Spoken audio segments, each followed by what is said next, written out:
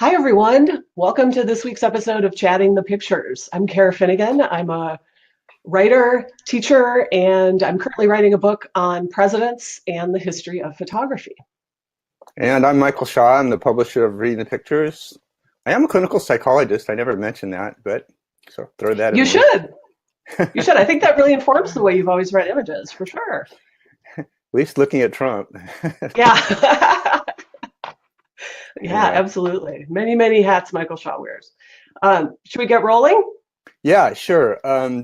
This week, oh my gosh, I'm going to just dispense with saying this was a big news week because every week seems to be. But our show last week, we had one photo from Stoneman Douglas. We knew something was different in the water, but it took a couple days into this week to really understand that things really, really were different in terms of this most recent school shooting. So this past week, as anyone who's been following the news knows, the young people have taken to the streets. They've confronted politicians on television and on social media. They were in the White House with the president. They were in the Florida legislature. Personally, I can't remember a week with this much focus on young people in the media on these Gen Zers and millennials for a long time. So we have three photos that maybe touch on the politics from different angles, but all are looking at the youngs. So the caption on this first photo, taken by Ricky Carioti from the Washington Post, reads, "Samuel Zeif, a student at Marjorie Stoneman Douglas High School, weeps after recounting his story of the shooting incident at his high school as other students, teachers, and Trump listen." Yeah, this photo is really interesting. This is not a photo I saw in the coverage, in the initial coverage of the event. I think the thing that popped was the image of Trump with his notes, and in some ways, this photo I think is a compliment to that in a number of ways. I guess I would start by drawing our attention to the kind of triangle that's created by the painting of Lincoln, Trump's relatively blank face, and the extreme, very understandable emotion of the young man in the foreground of the photo who has just been recounting, something of his experience. And so that what Carioti is doing here, I think, is taking advantage of a compositional opportunity to create some contrasts and juxtapositions. What do you make of the Lincoln up there, Michael? Oh, come on, Cara, you're the Lincoln expert. I haven't No, written I two mean, I books. guess I I haven't just written mean two in books terms on the of subject and a no. Lincoln photo. I mean, I guess just in terms of Sorry to put you on the spot. no. I mean, but I guess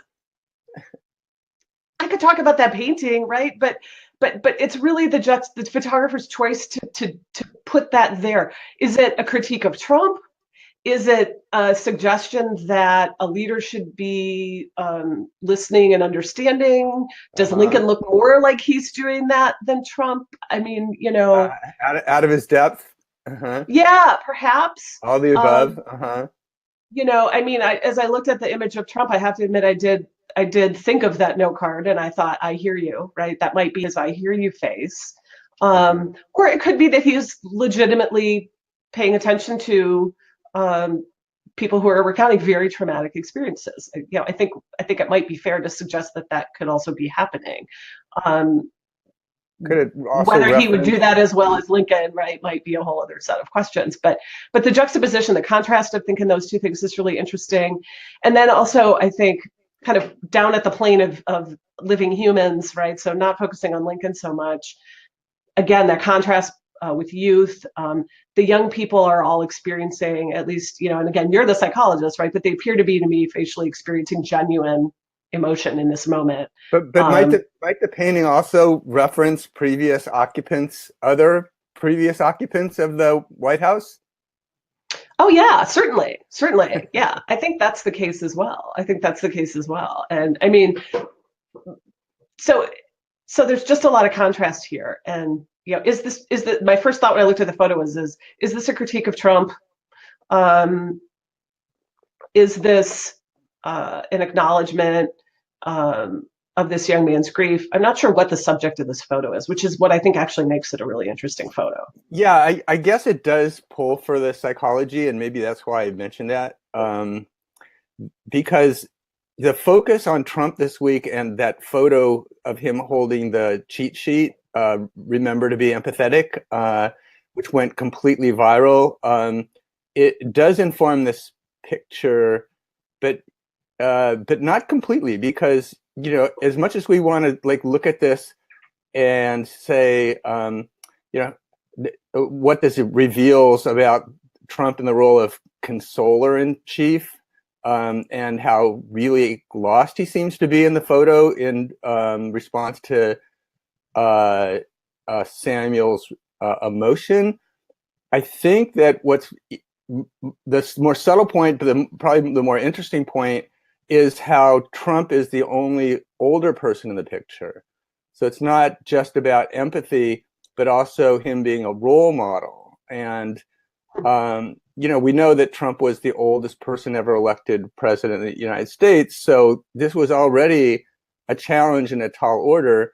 So I'm looking at this picture as much in terms of demographics, actually. And when you look at, and we talk about kids these days, and especially as we start moving into the midterms, we're talking about how the youngs, and maybe that's challenged by the subsequent photos we have, but they have different attitudes about sexuality and gender and immigration and race and marijuana. And now what we're learning this week, I guess it hasn't been polled necessarily, but maybe it sounds like they're more progressive on guns also.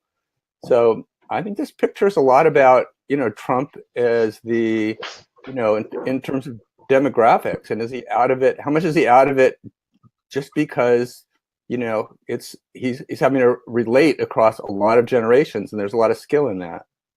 Yeah, that's a really interesting point. And I think, I think that question of kind of a lack of identification, the lack of Trump's inability in many cases to identify with others in a way that seems to be unforced or authentic.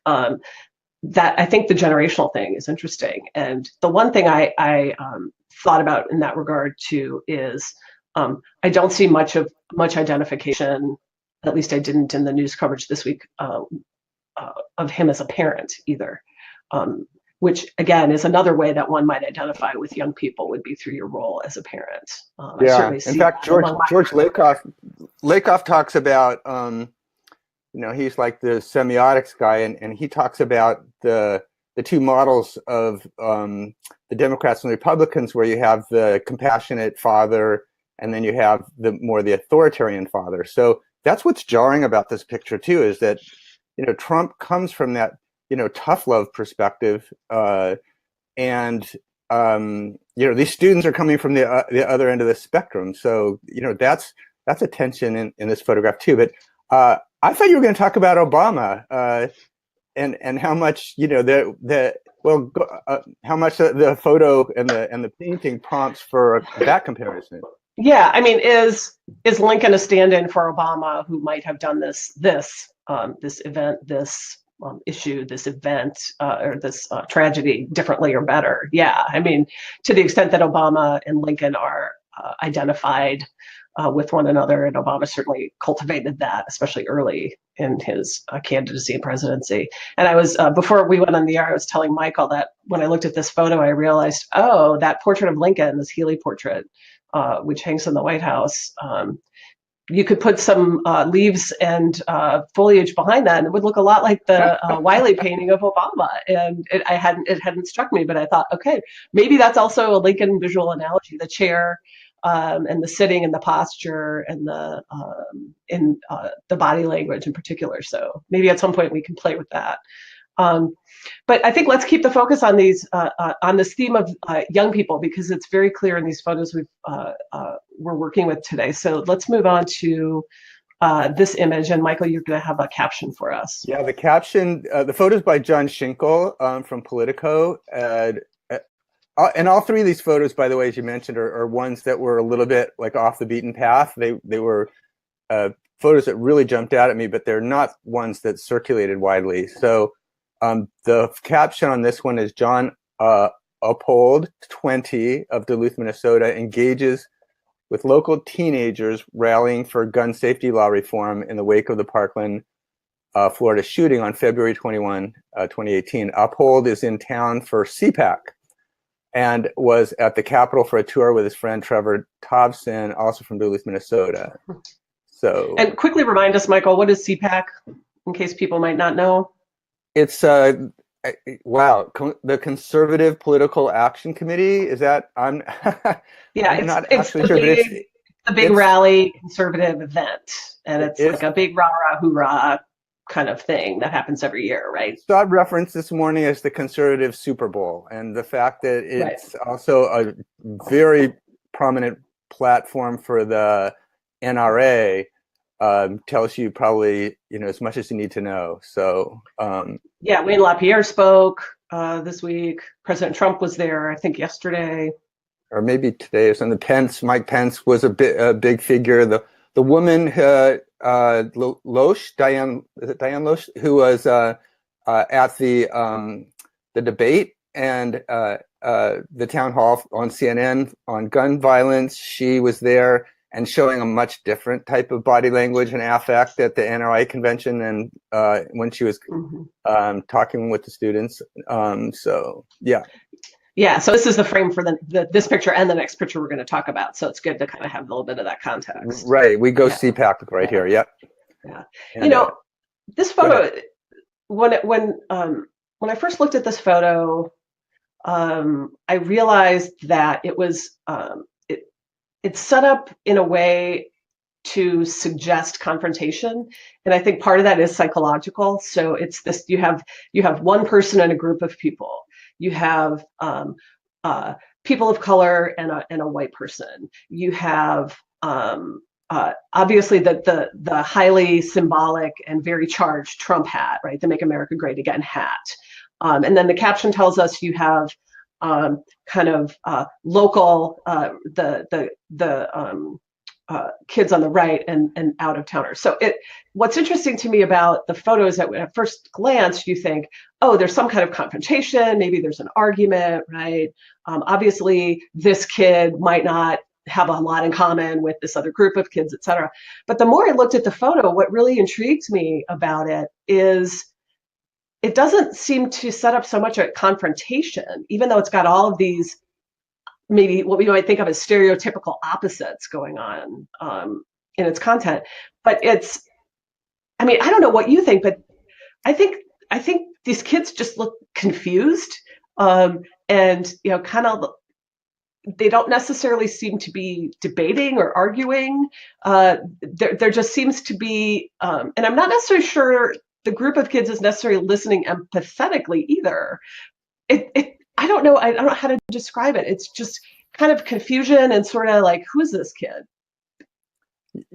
That's really interesting. I had almost the same take. I mean, at first, and that hat, first of all you need is that hat, and that's bait, and it's a provocation. It was designed that way. It functions that way. We react to it most of the time that way. But once you clear that, and you start and you get past the kind of this hard contrast of literally black and white, the picture starts doing some really some diametric things, and I have the same reaction. I started just looked at it and was realizing how much at least the four kids in the foreground, besides that symmetry of the three black males going in that angle like this, seems like so orderly, and there's something like kind of reassuring about that. And then you've got what looks like a real conversation between four people in the foreground. And I actually not only found it interesting, but actually hopeful that these three kids are listening, so intently to the, quote unquote Trump kid. You don't see any tension in their bodies. You just see you see interest and communication. And if the kids are bringing us that, even if they're we're seeing a lot of polarity, in their beliefs. I mean, bring it on. Yeah, yeah, and I think and the presence of the young woman in the foreground on the right, she seems to be maybe who Yeah. the guy in the hat is talking to most directly in terms of Yeah. where he's looking. Yeah. And then you have so yeah, I mean, a great photo is a photo that makes you want to know more about what happened there. What was that? And that's one of the ways that I think this is a really interesting photo. Is it makes me want to know what they were saying, what they were talking about, and how Yeah. did this group how did this interaction happen. Yeah. But what I think is really interesting is how in some ways the photo plays on what we might call kind of implicit bias, or um, uh, implicit stereotypes that we walk around with. So we see these things, right? As you say, the very almost triggering presence of the hat in a context where you have people of multiple races. You immediately kind of think, okay, this is really going to be a tense kind of thing. And I like how the photo challenges me to really look at it and pay closer attention, as you said, that maybe there's something here that's not just about a kind of conflict, right? Yeah, I do think there's a larger point to be made, and if there's any point to be made today, I think, as we're talking, and I was worried about this all week, and I tweeted and put on Instagram a number of different pictures that were like variations on this theme. I worried a lot this week, and I'm still worried about the issue of black and white. And when you look at the opioid crisis and the imagery, for example, and there was this like huge body of work that was produced by James Noctway in Time this week, and you see the same theme running through it. Opioid crisis has gotten attention because it's really affected the white population, but we're not talking about drugs and how much drugs have been a problem for a long time, and how it's been covered in such a pejorative way. And the Stoneman Douglas kids, especially if you're a liberal, like, more power to them, but that's a high SES school. They're mostly white. If you saw that town hall on CNN, it was a very white audience, and it just is a double standard when it comes to gun violence. And when you look at a photo like this, and then it's a danger because you can stereotype also. I don't know where the African American kids and by the way, the white kid with the hat is seems like the only white kid in there. If you look at through all the other kids in there, maybe there's one other, but this is a very mixed group of kids. But the worst thing that would happen, as these guys, if they do or are successful in forming a movement, is for this to really have a white face on it, because because if it does, and it is, it's hypocritical. Mm-hmm. So I just think it's really important to state that. Yeah, I think you're right, and again, I think there's also that contrast that's always present between lawmakers in Washington and the makeup of citizens of Washington, D.C. itself, too, right? Absolutely, and that's only been getting more like extreme also. Yeah, and so that, and these kids are also participating in a really long history of protests by young people in Washington, D.C., which, is a whole other aspect of things that I don't know but as much about as I should, but that is also really interesting and maybe quite an echo. Yeah. So we shall overcome. Yeah, it's probably time for us to move on to our last photo. Our caption here is not very extensive, right? Not very extensive at all. And just on that last point, though, I think it's one danger in putting this edit together this week, because I think people are always interested in, like, why'd we choose what, is that all three pictures just stimulate so much in terms of, whether it's historical, political, demographic, and now in this case, gender. So we've been trying to keep these chats to 20 minutes. We've been kind of ending up at 25, and today it's a challenge because these are just chock full, each picture. So anyway, they are. So there was no title to this photo. It was part of a series taken by Amy Lombard, published in Vanity Fair. I think it's about 25 pictures. They're all from CPAC, to be completely honest about it. A lot of these pictures were a little on the garish, critical side. But the tagline for the article was "On the ground with Roger Stone, Sebastian Gorka, and other Trump world celebrities at the Gaylord National Resort and Convention Center as the GOP celebrates its far-right fringe." These are pictures from CPAC. But the only other thing I would say is the sign, if anyone's having trouble reading it, that the two women, unless they're transgender, and we start tripping on pronouns or descriptors, but the sign reads, "Proud to be conservative, proud to be transgender, proud to be American, #same team." This this photo is wonderful for so many reasons. One of the things, it's such a great example of how a single frame, a single photographic frame can condense so many things into it. And just in terms of sheer symbolism, you have the sign that you just read, you have the presence of what I presume are transgender women themselves. You have the flag,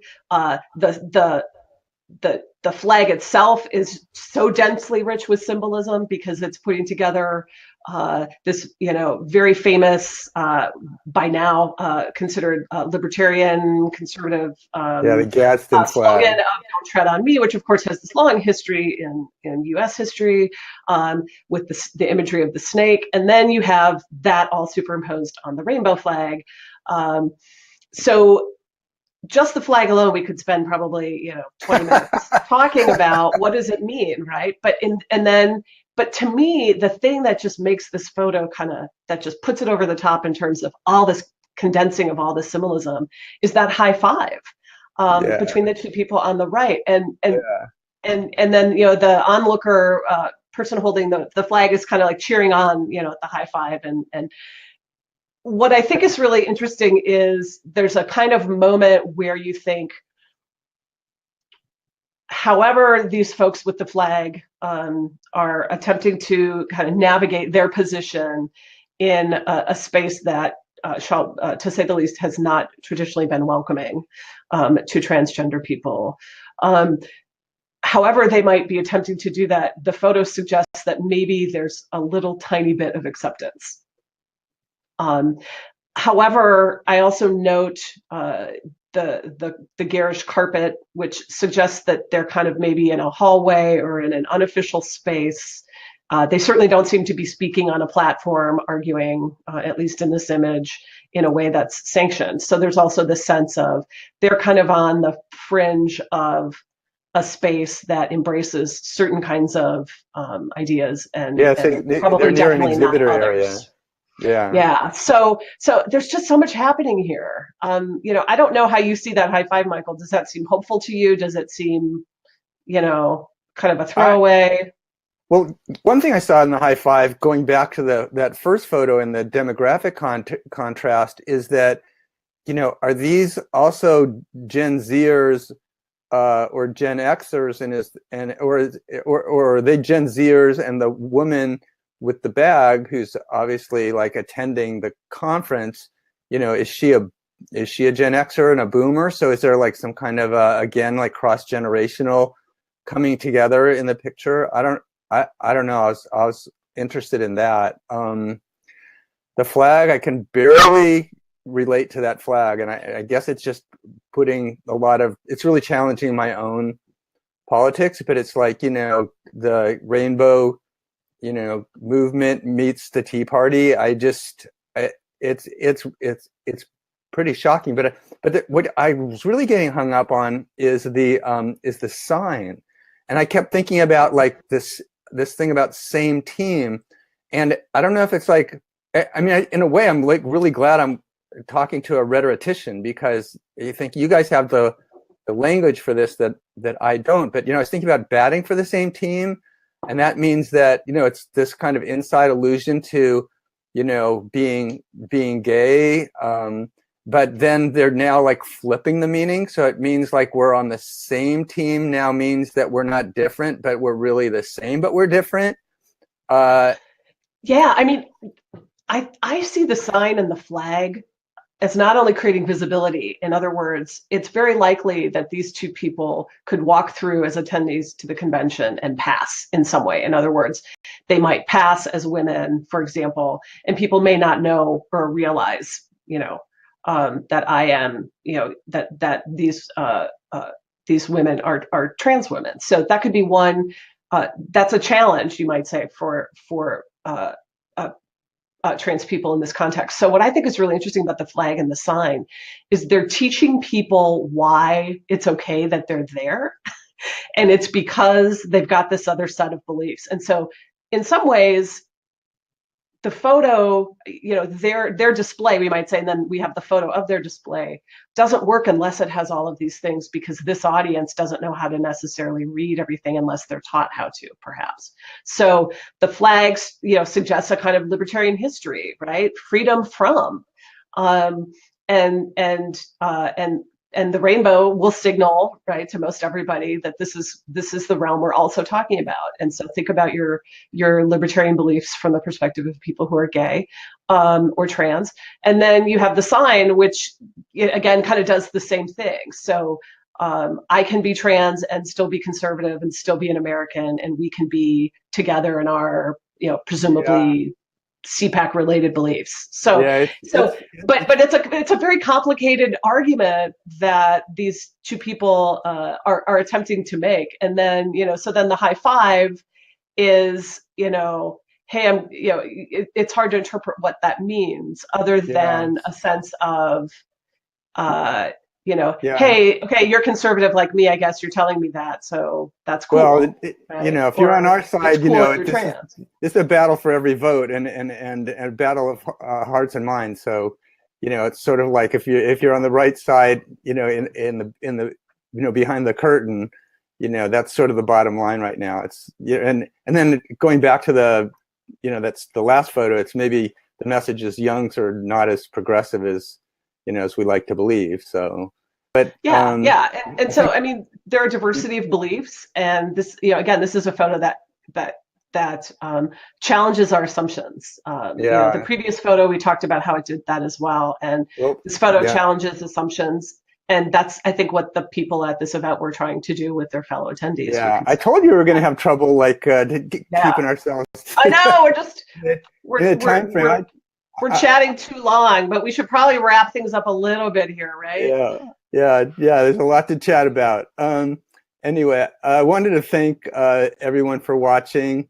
If you like what we're doing, you can follow us on Twitter and Instagram, where we're doing a lot of micro analysis every day. I think what we're doing is completely unique, actually. You can also sign up for our website, the Reading the Pictures newsletter, our Week in Review newsletter on our site.